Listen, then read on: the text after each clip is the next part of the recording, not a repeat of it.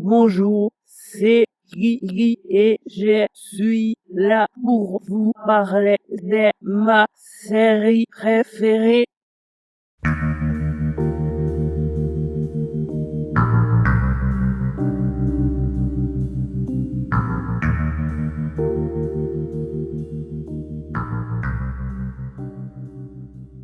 Attention, je pars du principe que vous avez tout vu et tout lu de Twin Peaks, donc je ne vais pas perdre trop de temps en description. Et bien sûr, cette vidéo sera truffée de spoilers majeurs. Avant de commencer, j'aimerais revenir sur ma théorie de la lune noire. J'en parlais dans ma dernière vidéo. Il semblerait que la lune noire se soit produite dans la nuit du 30 septembre au 1er octobre 2016 et non pas le 7 octobre comme je l'avais dit. J'ai été induit en erreur par un article français sur le sujet et la semaine dernière, en allant vérifier sur d'autres sites, notamment américains, la bonne date m'est alors apparue, celle du 1er octobre. Cela rend plus important encore ces dates du 1er et 2 octobre annoncées par le mot du Major Briggs. Et cela explique aussi pourquoi nous tardons autant à arriver à cette date dans le récit. Vous avez été quelques-uns à me demander des précisions sur ce sujet. En astronomie, une lune noire désigne plusieurs phénomènes très différents. L'absence de pleine lune dans un mois calendaire, ce qui est assez fréquent, mais aussi la deuxième nouvelle lune d'un même mois, ce qui arrivera dans la saison 3 de Twin Peaks. Ce n'est donc pas seulement une simple nouvelle lune comme l'annonce le mari d'Audrey. Pendant la nuit du 30 septembre 2016, ce phénomène très rare eut lieu. Ce genre de lune noire n'arrive qu'environ tous les 3 ans. Cachée dans l'ombre de la Terre, la Lune disparaît à partir d'une certaine heure. À Twin Peaks, ce fut donc vers 2h53. La précédente lune noire avait eu lieu en mars 2014 et la prochaine sera prévue pour juillet 2019. Pour certains, la lune noire est considérée comme la jumelle maléfique de la lune bleue, qui elle est la deuxième pleine lune d'un même mois. C'est pourquoi je pense que ce moment sera très important pour les épisodes à venir. Dans l'épisode 3, la montre de Ronette indiquait déjà ce moment, lorsque Dale Cooper retournait dans son monde via une étrange machine. En allant au palais de Jack Rabbit, Bobby, le shérif et Hawk vont sûrement avoir une action qui va permettre à Cooper de retrouver ses esprits. Ça va peut-être se passer dans l'épisode 13 ou 14, ou voire même à la toute fin, vu comment on est parti. Car il est possible que si Cooper revienne, finalement, ce soit à la toute fin. Pour le reste de la symbolique de la lune noire, sur la fin du monde et l'implication de la Dark Mother, je vous renvoie vers ma précédente vidéo.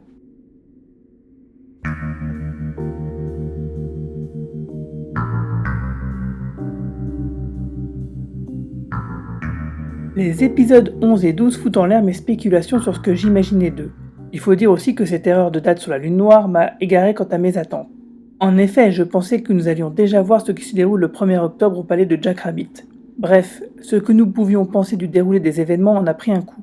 Il s'agit encore d'un nouveau contre-pied de Lynch qui, par son montage, déjoue les pronostics. En effet, durant les épisodes précédents, nous pensions avoir affaire à un épisode égal une journée.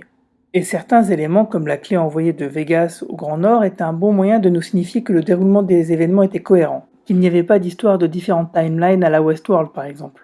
De plus, l'interrogatoire d'Hastings de l'épisode 9 se déroulant un 29 septembre, normalement nous aurions dû voir ici le 1er et 2 octobre. Or, une petite phrase de Hawk vient tout chambouler lorsqu'il déclare que les événements annoncés par le papier du Major Briggs, qui sont censés donc se dérouler le 1er et 2 octobre, je le rappelle, sont encore pour après-demain. Ça va, vous suivez ? En gros, ça fait déjà 2 jours que le 1er octobre, c'est après-demain.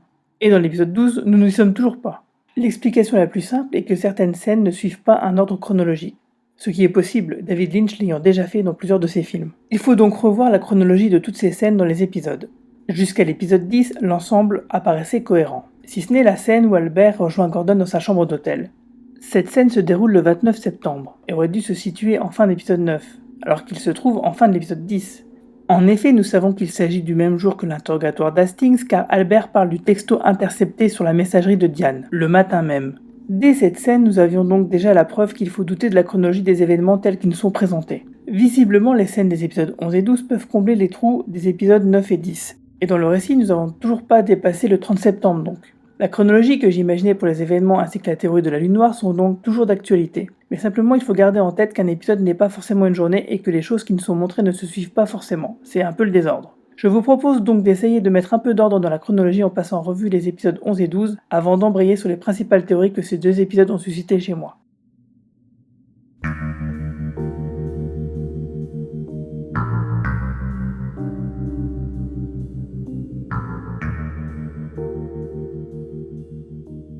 Nous débutons cet épisode sur une scène avec des enfants, qui semblent de plus en plus présents dans cette saison. Ce qui est marquant car jusqu'à maintenant les enfants étaient plutôt absents des œuvres de Lynch. D'ailleurs, je vous suggère la lecture de l'excellent article à ce propos dans le magazine Le Cahier du cinéma. Bref, nous retrouvons Myriam qui s'en est sortie de l'agression avec Richard Horn et de l'explosion qui était programmée. Mais était-ce si imprévisible que cela? Vu que Richard, ce champion, a cassé la porte d'entrée de la caravane, le gaz ne pouvait pas remplir le lieu jusqu'à l'explosion. Et c'est tant mieux.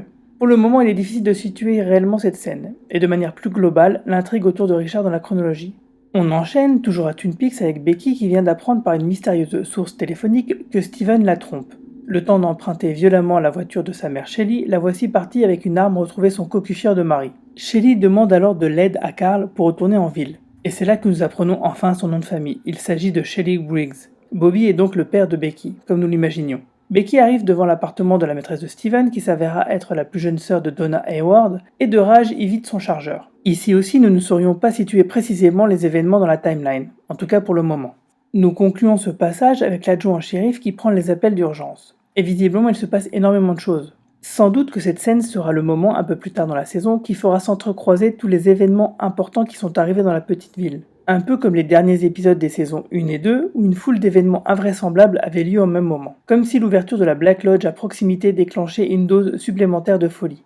Retour à Buckhorn, rue Sycomore. Tiens donc. Où Hastings va montrer le point d'entrée dans la zone à l'équipe du FBI. Gordon Cole est sur le point d'y entrer avant qu'Albert ne le tire de là. Mais Gordon a eu le temps d'apercevoir des clodos de l'espace dans un escalier.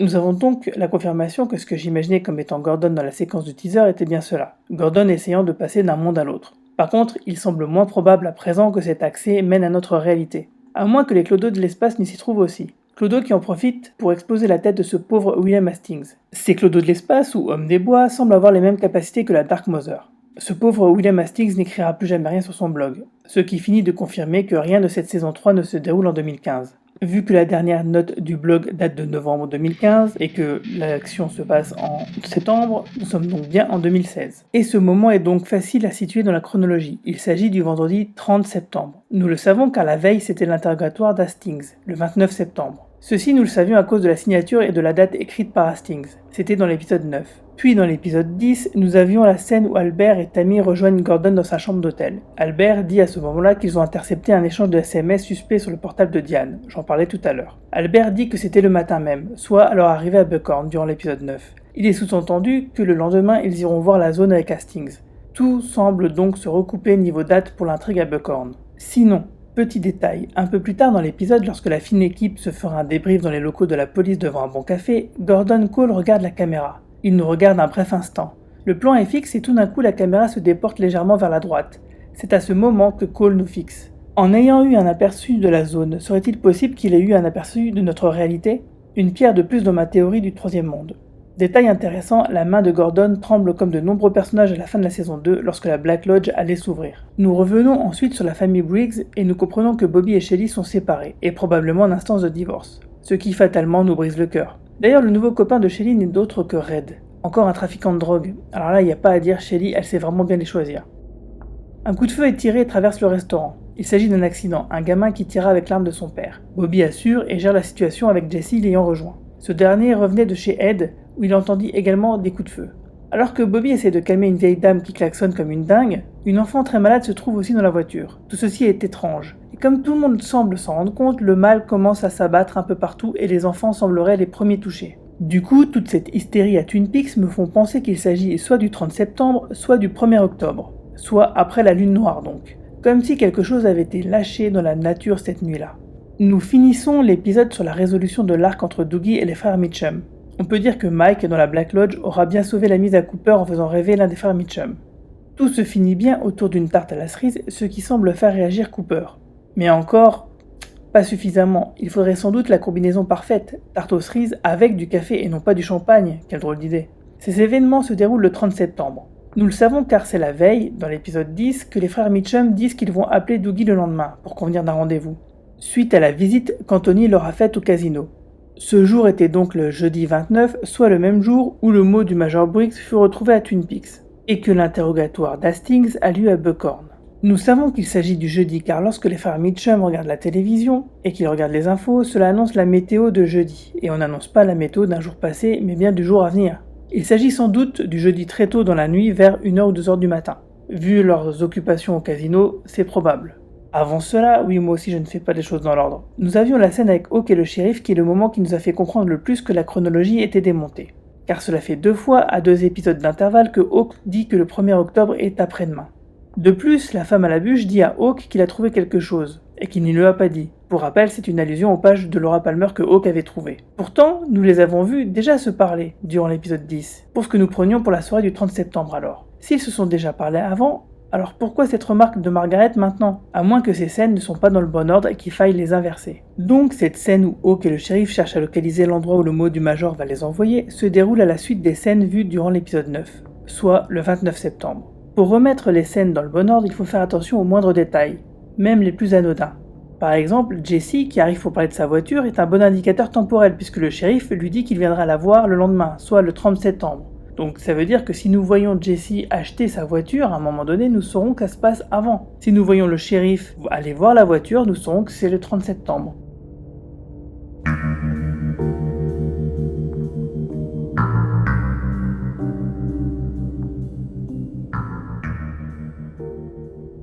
Nous débutons cet épisode avec toute l'explication sur la signification de la rose bleue. Le rapport avec le projet Blue Book, son rapport avec les ovnis et tout ce qui est détaillé dans le livre de Mark Frost. La Rose Bleue était une équipe composée d'Albert, Philip Jeffries, Chester Desmond et de Dale Cooper. Ça fait plaisir d'évoquer Chester Desmond, j'espère que nous saurons enfin ce qui lui est arrivé dans le film. Et avoir enfin l'historique de l'explication officielle de la Rose Bleue, ça fait déjà vraiment plaisir.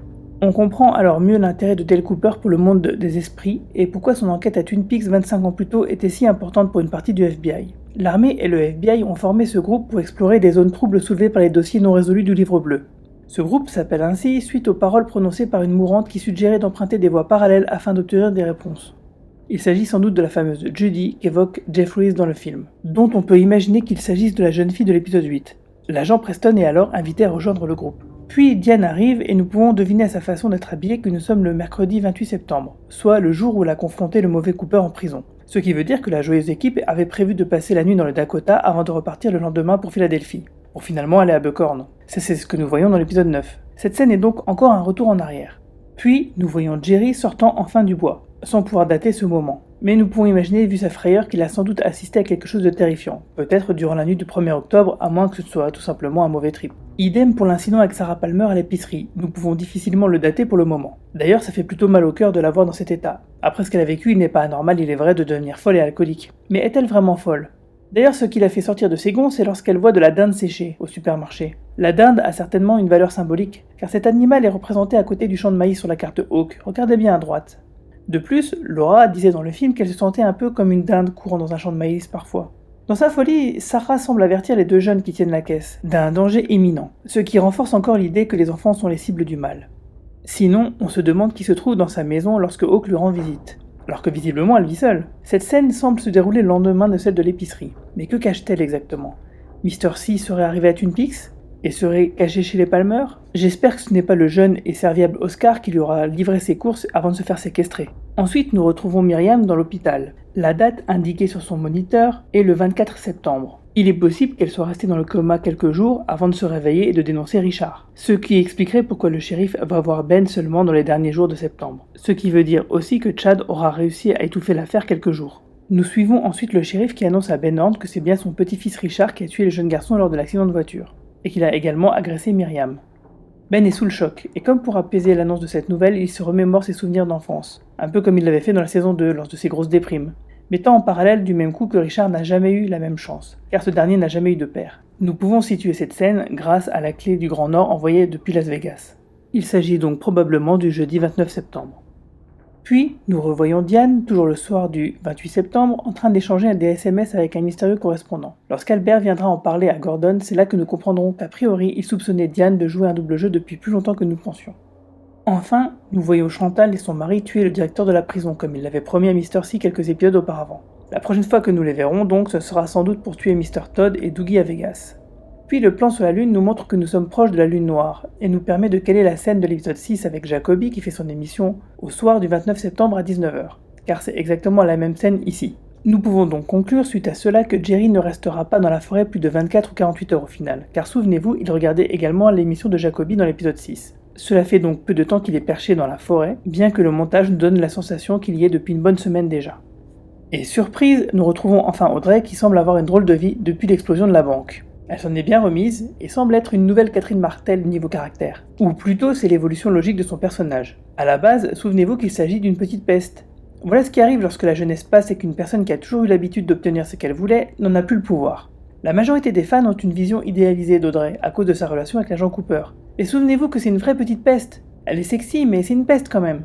Elle a ses bons côtés bien sûr, comme Ben par exemple, mais n'oubliez pas qu'elle a toujours eu ses mauvais. C'est pourquoi pour moi, elle occupe le créneau qu'avait le personnage de Catherine Martel dans les 2 premières saisons. Et je suis ravi de cette évolution. Cette scène entre Audrey et son mari Charlie se situe le soir du 30 septembre, puisque la nouvelle lune est évoquée. Nouvelle lune qui est en réalité une lune noire. Audrey cherche son amant Billy un peu partout. Il y a également une histoire de camion volé emprunté à Billy par un certain Chuck. Cela nous rappelle une histoire déjà avec un camion précédemment, le même camion qui a servi à Richard à tuer l'enfant. Mais ce qui nous aura été montré alors serait finalement une autre histoire. Visiblement ce camion a une vie très remplie. Dans l'épisode 7, nous voyons Andy interroger quelqu'un sur son camion. S'il s'agit bien du camion dont on parle durant la scène avec Audrey, alors c'est Billy que nous voyons à l'image, puisqu'il semble être le propriétaire du camion. Il serait alors l'amant d'Audrey que tout le monde cherche. Tout le monde, car souvenez-vous de la toute dernière scène de l'épisode 7. Quelqu'un arrive en courant au WR pour demander si quelqu'un avait vu Billy. À ce moment d'ailleurs, d'un plan à l'autre, tous les figurants changeaient, comme pour nous indiquer que cette information n'était pas à prendre à la légère. La dernière fois qu'il a été vu, c'est lorsqu'il est rentré dans sa maison, puis un long plan inquiétant sur sa porte d'entrée a été montré.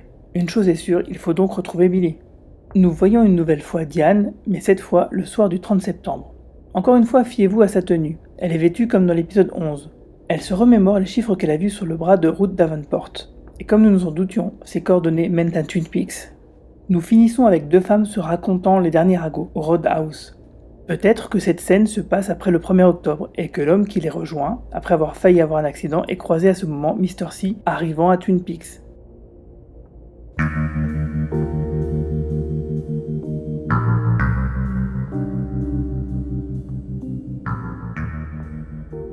Avec ces histoires de scènes mélangées, je continue de penser que la scène entre Margaret et Hawk à la fin de l'épisode 10 se déroule après tout ce que nous avons vu dans les épisodes 11 et 12.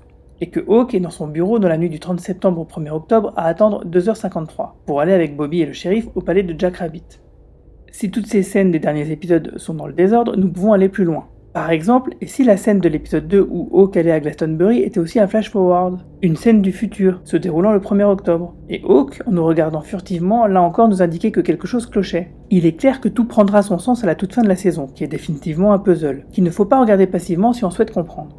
Cette chronologie désordonnée a l'avantage d'avoir des épisodes cohérents en termes de rythme, dramaturgie et ambiance. Tout ce mélange équilibre les différentes parties et accentue les émotions que nous pouvons ressentir pour telle ou telle scène.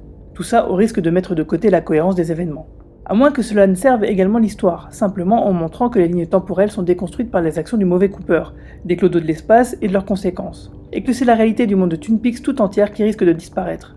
En tout cas, cela nous oblige à être extrêmement attentifs en tant que téléspectateurs à tout ce qui se déroule dans la série. Mais serait-il possible aussi que les jours se soient rembobinés ? Ça fait déjà 2 jours que le 1er octobre est après-demain. Les choses avancent et reculent, un peu comme le montage saccadé du début de l'épisode 3. Et comme l'indique le timecode de la caméra de surveillance du casino des frères Mitchum lorsque Candy va chercher Anthony dans l'épisode 10. Regardez à droite la prochaine fois que vous verrez l'épisode. D'ailleurs, comment la blessure infligée par Candy à Rodney Mitchum a pu disparaître en si peu de temps ? Peut-être parce que le temps bug et que le tourne-disque de la réalité déraille. Serait-ce à cause du vortex ouvert par Gordon Cole ? Rien n'est certain.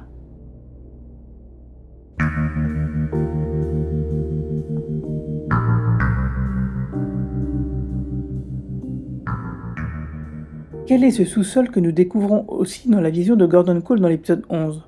Ce lieu est forcément lui aussi essentiel car présent dans une autre bande-annonce, souvenez-vous. Il est possible qu'il s'agisse de la maison évoquée par le géant, un endroit neutre où a pu se cacher le Major avant que les clodos de l'espace n'en prennent possession. Mais pour quel usage ? Peut-être au profit de la Dark Mother.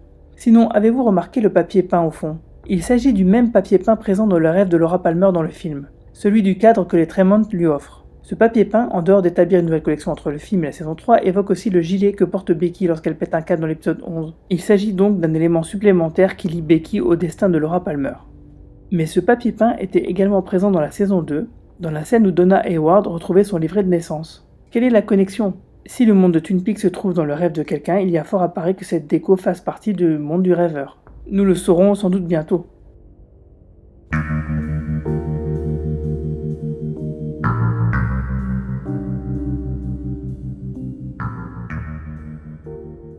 Avant de vous quitter, je vous dévoile le titre des épisodes à venir. Le but du jeu maintenant est de deviner quel personnage va prononcer le titre de l'épisode. Pour le prochain, j'ai déjà ma petite idée, pas vous? Sur ce, je vous dis à bientôt, n'hésitez pas à partager cette vidéo et à lâcher un petit pouce bleu. Et ne soyez pas étonnés de ne pas voir des vidéos pour chaque épisode. Je ferai une vidéo tous les 2 épisodes. Allez, à la prochaine!